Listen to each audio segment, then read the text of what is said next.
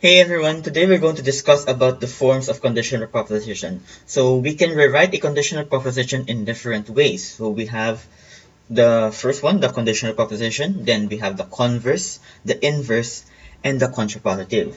Now we know that the conditional proposition takes the form of A implies B. So an example is if a polygon is a square, then it is a quadrilateral. If we switch around the antecedent and the consequent, and even using their inverses, or rather their negations, we can form different forms of the conditional proposition. If we swap around the antecedent and the consequent, so A implies B, it becomes B implies A, we call this the converse. We just swap around the antecedent and the consequent. So the consequent here becomes antecedent, and the antecedent becomes a consequent. B implies A, or if B, then A. So in our example here, if a polygon is a square, then it is a quadrilateral.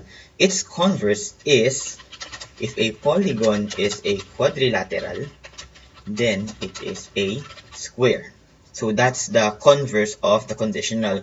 It doesn't necessarily mean that if the conditional is true, then the converse would also be true. Please take note of that. Okay, we'll have the truth values later on in our discussion. Next, we have the inverse. So in getting the inverse of a conditional proposition, we take the conditional proposition and we negate the antecedent and the consequent. So the inverse would be not A implies not B. So we negate the A, it becomes not A. We negate the B, it becomes not B. So in our example here, the conditional, if a polygon is a square, then it is a quadrilateral. It becomes like this. If a polygon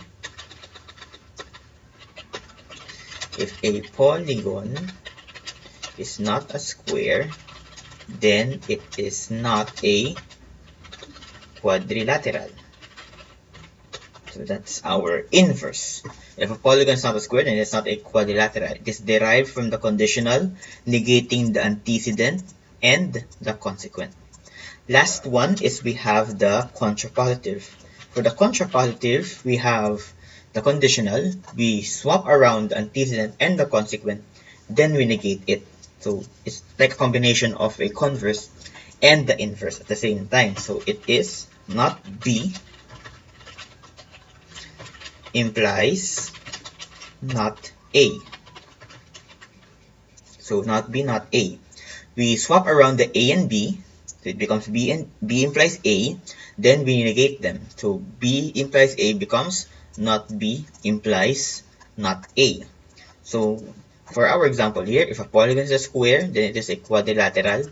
We write it as this. If a polygon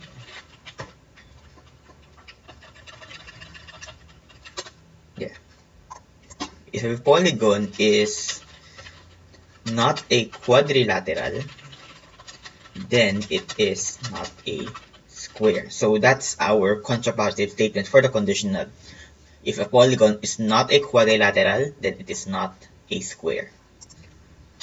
So let's determine the truth values of the converse, inverse, and the contrapositive. So let's have here our A and B first. So this is true, true, false, false, and true, false, true, false. So for our conditional statement, if A is true, B is true, that is true. True, true is true. True, false is false. False, true is true. And false, false is true. For our converse, however, we have true, true. We're going to look it backwards, please don't forget. True, true is true. False, true is true. While here, true, false is false. And false, false is true.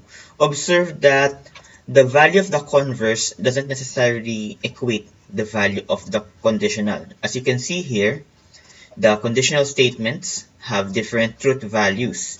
In this scenario, this is false here, but here it's false on this row.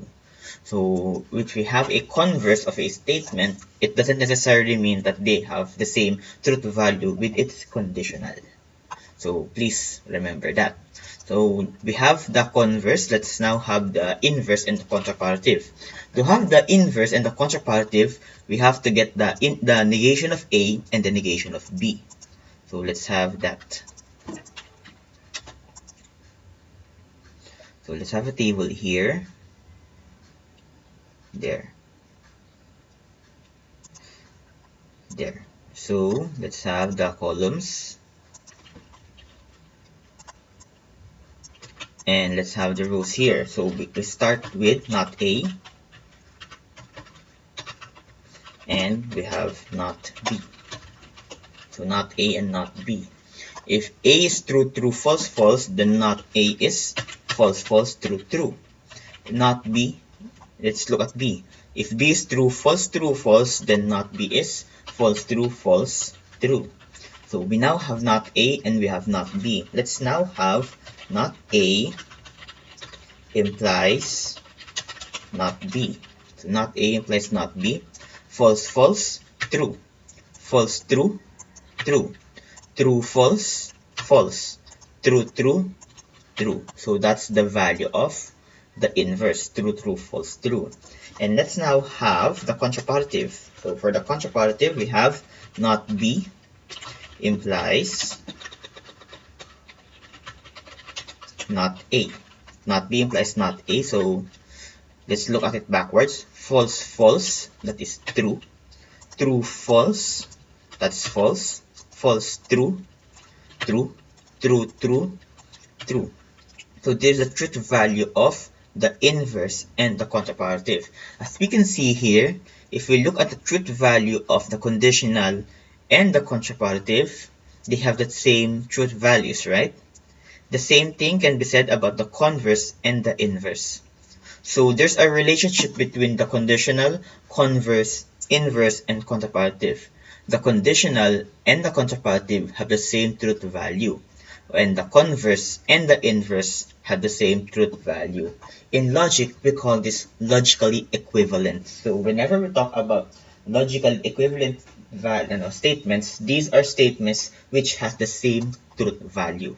So these statements are logically equivalent, the converse and the contraparative, and the conditional and the contraparative, and the converse and the inverse. So that's it for the different forms of conditional proposition.